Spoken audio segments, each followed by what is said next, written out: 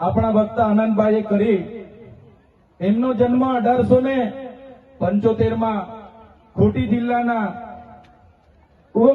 ઉલહત્તુ ગામમાં થયો. એક સામાન્ય પરિવારમાંથી એમણે તે વખતે જોયું કે અંગ્રેજો દ્વારા આપણા આદિવાસીઓની જળ જંગલ જમીન પર તરાપ મારવામાં આવે છે, આદિવાસીઓ પર કરવેરા નાખવામાં આવે છે. અને 1899માં મુંડા વિદ્રોહ અંગ્રેજો સામે થયો. એની નેતાગીરી બિરસા મુંડાજીએ લીધી અને એમાં એમની ધરપકડ કરવામાં આવી. ઘમાસણ યુદ્ધો થયા, એક બાજુ તીરકમટા ભાલા, એક બાજુ ગોળીબાર થયું અને એમને જેલમાં પૂરવામાં આવ્યા. અને માત્ર 25 વર્ષની ઉંમરમાં જેલમાં એમનું મૃત્યુ થયું અને સેનામાંથી મૃત્યુ થયું છે. એના આજ દિન સુધી કોઈ પુરાવા આપણને મળ્યા નથી. ત્યારે સાથીઓ, આ બિરસા મુંડાનો ધ્યેય આદિવાસી સ્વાયત્ત રાજ, આદિવાસી સ્વતંત્ર રીતે સ્વમાનભેર શેરની જેમ જીવે એવો ધ્યેય હતો. તમને ને અમને બધાને ઇતિહાસમાં ભણાવવામાં આવ્યો. ઉત્ક્રાંતિવાદ, ચાર્લ્સ ડાર્વિનના ઉત્ક્રાંતિવાદના સિદ્ધાંતોમાં જણાવવામાં આવ્યું કે જ્યારે આ પૃથ્વી પર માનવી સભ્યતાનું ઉત્પન્ન થયું ત્યારે આદિમાનવ તરીકે સૌપ્રથમ પૃથ્વી પર આદિવાસીઓ આવ્યા. શરૂઆતમાં પેડાની શોધ થઈ, અગ્નિની શોધ થઈ, ધાન્યની શોધ થઈ, ખેતીની શોધ થઈ અને બધા ખેતીની શોધની સાથે સાથે પરિવારો સાથે રહેતા થયા. એટલે નાના નાના ગામો, નાના નાના કબીલાઓ બન્યા અને એ કબીલાઓના મુખીઓ બન્યા, સરદારો બન્યા અને શાંતિથી પ્રકૃતિ સાથેનું એમનું જીવન ચાલુ હતું. એ દરમિયાન આ દુનિયામાં સંપત્તિ માટે લડાઈ થઈ, સત્તા માટે લડાઈ થઈ, સ્ત્રીઓ માટે લડાઈઓ થઈ અને એમાં એ લોકોની જે સભ્ય સંસ્કૃતિ પોતાને માનનારા સમાજ દ્વારા આદિવાસી સમાજના એક કબીલા ઉપર આક્રમણો થયા. સામદામ દંડભેદ નીતિ અંતર્ગત જ્યારે આપણો આદિવાસી સમાજના એ લોકો સરેન્ડર નહીં થયા તો યુદ્ધો કરીને આપણા કબીલાઓ છીનવાઈ ગયા અને આપણું શોષણ થયું, ઘર્ષણ થયું, જળ જંગલ જમીનો છીનવાઈ. અને તમે જોયું હશે આપણા દેશ પર બહારથી મુગલો આવ્યા, ડચો આવ્યા, હુણો આવ્યા, અંગ્રેજો આવ્યા, પોર્ટુગીઝો આવ્યા, ફ્રેન્ચો આવ્યા અને આ અંગ્રેજોએ પણ 200 વર્ષ આપણા દેશ પર રાજ કર્યું. એ ઇતિહાસથી લઈને આજ દિન સુધી આદિવાસીઓનું માત્ર ને માત્ર શોષણ થતું આવ્યું છે. ત્યારે આદિવાસીએ આઝાદીની લડતમાં પણ તમે જોયું હશે, તમે બિરસા મુંડાનો ઇતિહાસ વાંચો, તમે ગુરુ ગોવિંદનો ઇતિહાસ વાંચો, ટાટિયામામાં ખાદ્ય નાયકનો ઇતિહાસ વાંચો, તમે માનગઢ ધામમાં થયેલો હત્યાકાંડનો ઇતિહાસ વાંચો, તમે દડવાડામાં પાલ દડવામાં થયેલો હત્યાકાંડનો ઇતિહાસ વાંચો, તો આ ઇતિહાસમાં આદિવાસીઓએ અંગ્રેજોને હંપાવ્યા પણ કૂટનીતિ કરીને અંગ્રેજોએ આપણા લોકોને નરસંહાર કરી અને આપણા વિસ્તારમાં આપણા ક્રાંતિકારી લોકોને શહીદી વહોરવી પડી. દેશના આઝાદીમાં આપણું આટલું મોટું યોગદાન હતું.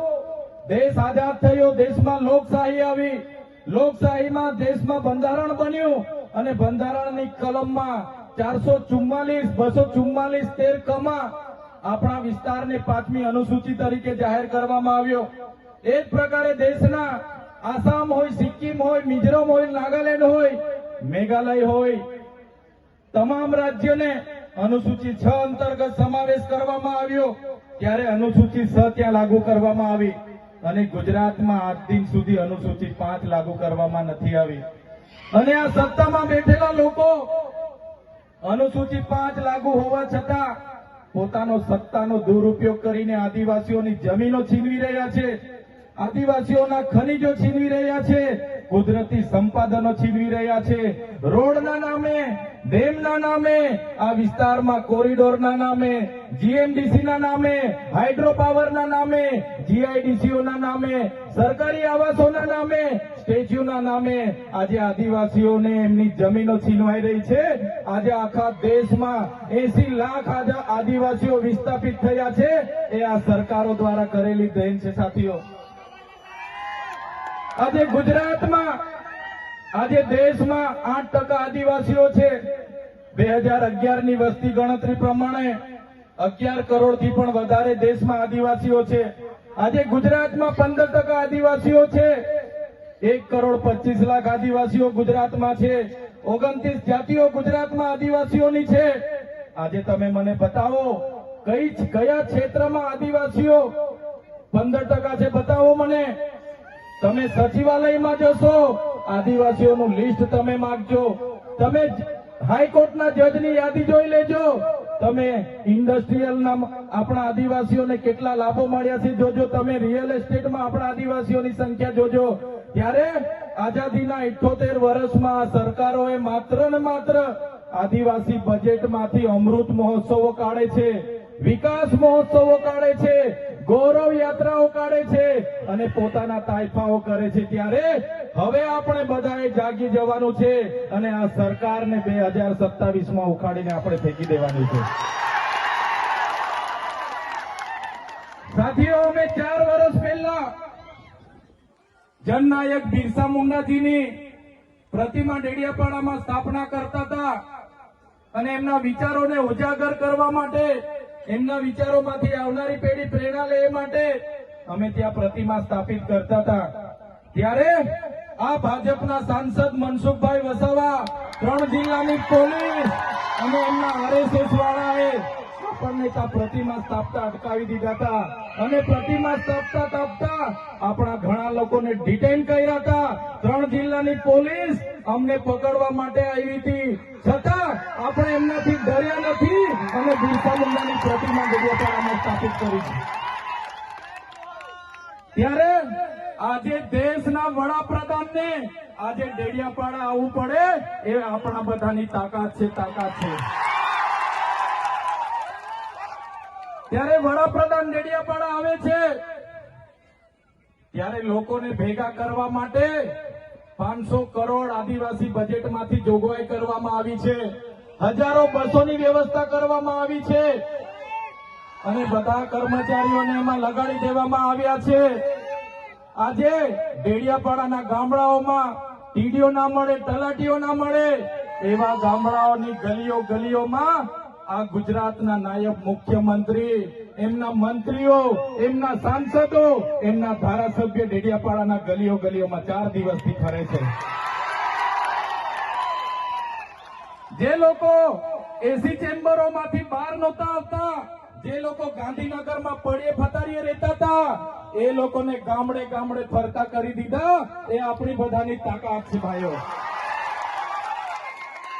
ત્યારે નરેન્દ્રભાઈ મોદી આપણા કુળદેવી માતાના દર્શને જવાના છે. દેવ મોગરા એ મહારાષ્ટ્ર, મધ્યપ્રદેશ, ગુજરાત અને રાજસ્થાનના લાખો લોકોનું આસ્થાનું કેન્દ્ર છે અને દેવ મોગરા જઈને રાજનીતિ જયારે કરવા માંગે છે ત્યારે નરેન્દ્રભાઈ મોદીને હું આ મંચ પરથી કહેવા માંગુ છું, તમને જો આદિવાસીઓ માટે હિત હોય તમે દેવ મોગરા જજો, તમે હિજારી લઈને આવજો, તમે મવડાનો ચોખ્ખો દારૂ 1 બોતલ લઈને આવજો, તમે એક મરઘો લઈને આવજો, એક બકરો લઈને આવજો. દર્શન કરીને એની પ્રસાદી કરીને તમે ત્યાં જ જમીને પછી જજો. ત્યારે અમે માનીશું કે તમે આદિવાસીઓના હિતેચ્છુ છો. તમે આદિવાસીઓ માટે આજ દિવસ સુધી તમે 24 વર્ષથી રાજનીતિમાં છો. આગળ મુખ્યમંત્રી હતા, હમણાં વડાપ્રધાન છો. આદિવાસીઓ આજે શિક્ષક માટે આંદોલન કરે છે, શાળા માટે આંદોલન કરે છે, નર્મદાના પાણી માટે આંદોલન કરે છે, પોતાની જમીનો બચાવવા આંદોલન કરે છે, જીએમડીસીઓ હટાવવા આંદોલન કરે છે, જીઆઈડીસીઓમાં રોજગાર માટે આંદોલન કરે છે. ત્યારે નરેન્દ્રભાઈ મોદીજીને કહેવા માંગુ છું, હવે અમે લડેંગે, જીતેંગે, જિંદાબાદ, મુર્દાબાદ આવેદન નિવેદન કરવા માંગતા નથી. હવે અમે લડવા માંગતા નથી. હવે ધરણા પ્રદર્શન બંધ, હવે આંદોલન બંધ. જો અમારી 5મી અનુસૂચિ, જો અમારા પૈસા, જો અમારી અનામત, જો અમારી 73 એની જમીનોને આવનાર દિવસોમાં જીએમડીસીના નામે માગશો, માલસામોટ પ્રોજેક્ટના નામે માગશો, હાઇડ્રો પ્રોજેક્ટના નામે માગશો, અણુ મથકના નામે માગશો, તો અમે આંદોલન નથી કરવાના, અમે નેપાળવાળી કરવા માટે ગાંધીનગર આવવાના છે. અમે નેપાળવાળી કરવા માટે ગાંધીનગર આવીશું. તે દિવસે તમારો ને અમારો સામનો થશે તે દિવસે ખબર પડશે ઓરિજિનલ આદિવાસીઓ કોણ છે તે. ત્યારે કેટલાક મીડિયાવાળા મિત્રોએ મને પૂછ્યું, તમારા ડેડિયાપાડામાં નરેન્દ્રભાઈ મોદી આવે છે, તમારું બધું પૂરું થઈ જાય. ત્યારે મેં મીડિયાવાળાને મિત્રોને કીધું, નરેન્દ્રભાઈ મોદી આવીને જાય પછી એમના મિત્ર ડોનાલ્ડ ટ્રમ્પને પણ લઈ આવજો. અમારા લોકોને ક્યાંય ફેર પડવાનો નથી. હવે અમારા લોકો જાગી ગયા છે, અધિકારોની વાત કરીએ છીએ. સંવિધાન અધિકારો અમને આપો, સામાજિક અધિકારો આપો. અમને જે મળેલી અમારા અધિકારોની વાત અમે કરીએ છીએ ત્યારે અમને ખબર પડી ગઈ કે આદિવાસી સમાજ હવે જાગૃત થયો છે. ત્યારે બિરસા મુંડાના રથ જયારે લઈને ફર્યા, એમના મંત્રી તંત્રી મારું નામ લઈને મને ગાળ બોલે કે પેલો ચૈતર વસાવો અહીંયા આવે છે, આમ કરે છે, તેમ કરે છે, ફલાણું કરે છે, ઢીકણું કરે છે. એ મંત્રીઓને પણ કહેવા માંગુ છું, એ પ્રદેશ પ્રમુખને પણ કહેવા માંગુ છું, ચૈતર વસાવાને ગાળ બોલવાથી અમારા આદિવાસીઓનું ઉત્થાન નથી થવાનું. તમે આદિવાસીનું ઉત્થાનની વાત કરો. મને ગાળ બોલવાથી અમારા લોકોનો જો વિકાસ થઈ જવાનો હોય તો હું દરરોજ તમારી ઓફિસે તમારી ગાળ ખાવા માટે પણ તૈયાર છું.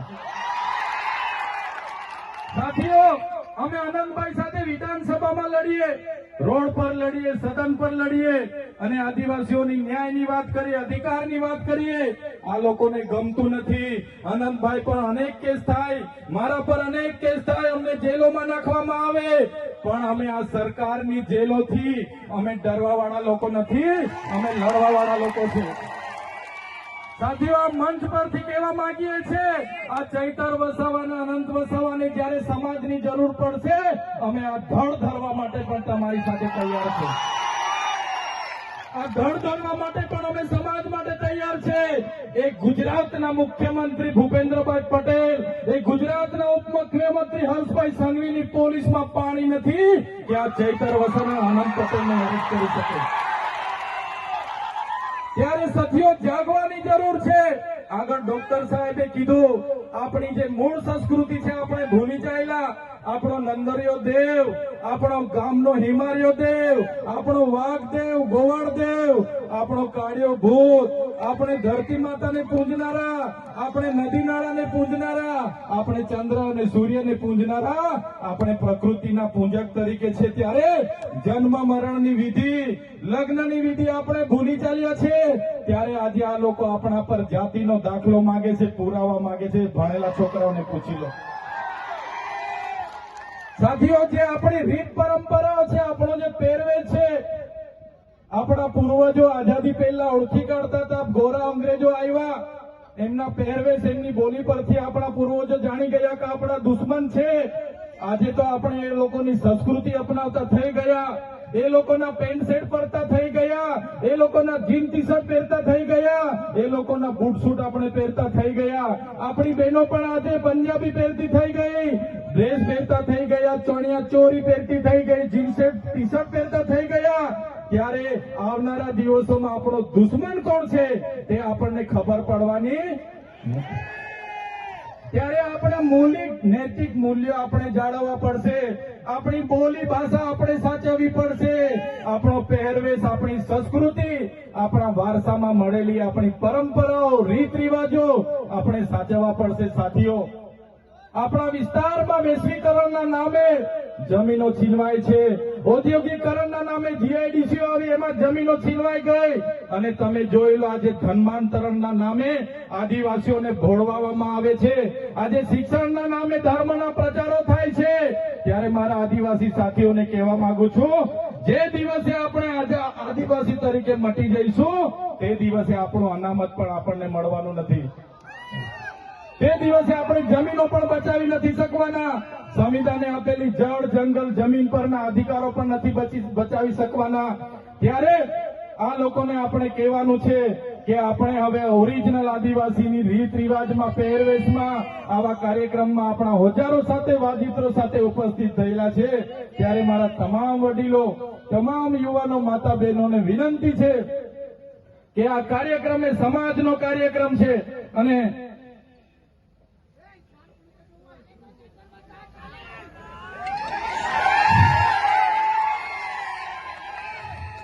આજનો આ કાર્યક્રમ એ આપણી સમાજની તમે એકતા બતાવી છે. આજે ભાજપના એ નેતાઓને, ભાજપના એ મુખ્યમંત્રી, ઉપમુખ્યમંત્રીને અને ભાજપના એ વડાપ્રધાનને આ આદિવાસીઓની તાકાત આજે આપણે બતાવી દીધી છે. એ બદલ બધાનો ખૂબ ખૂબ આભાર. આ આપણી તાકાત છે. અને જ્યારે પણ કોઈ જીએમડીસી ની વાત આ વિસ્તારમાં લઈને આવશે, જ્યારે પણ આ વિસ્તારમાં હાઇડ્રો પ્રોજેક્ટના નામે ગામડાઓ વિસ્થાપિત કરવાની વાત કરશે, કોરિડોરના નામે ગામડાઓને વિસ્થાપિત કરવાની વાત આવશે, માલસામોડ પ્રોજેક્ટના નામે ગામડાઓ વિસ્થાપિત કરવાની વાત આવશે, કે કેવડિયાની મારી બહેનોને હેરાન કરવાની વાત આવશે, તે દિવસે પણ આવો ઘોડાપુર આપણે પહોંચવાનું છે. તે દિવસે પણ ઘોડાપુર થઈને આપણે પહોંચવાનું છે.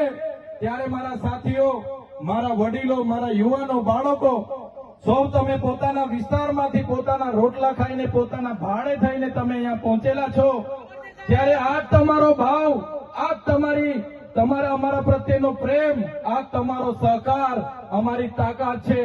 આજે અનંતભાઈ અને હું જ્યારે આવડી મોટી સરકાર સામે લડતા હોય, આ સરકાર પર પોલીસ છે, આર્મી છે, એમના કલેક્ટર છે, એમના એસપી છે, એમની કોર્ટો છે, એમનું તંત્ર છે, યંત્ર છે, મંત્ર છે, પણ અમારી સાથે